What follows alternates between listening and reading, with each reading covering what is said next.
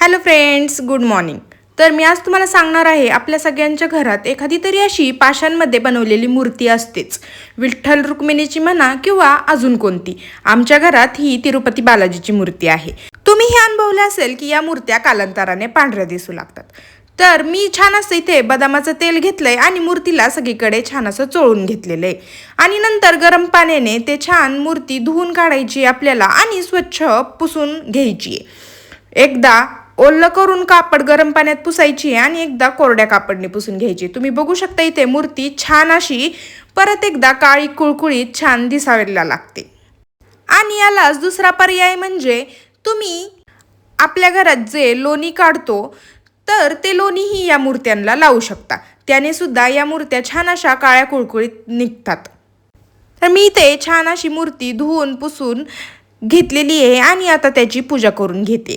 तर तुम्ही इथे बघू शकता मूर्ती अगदी खूप जास्त सुंदर काळी कुळकुळीत आणि तेजस्वी दिसायला लागलेली आहे। तर व्हिडिओ आवडला असेल तर व्हिडिओला लाईक, शेअर आणि चॅनलला सबस्क्राईब करायला अजिबात विसरू नका।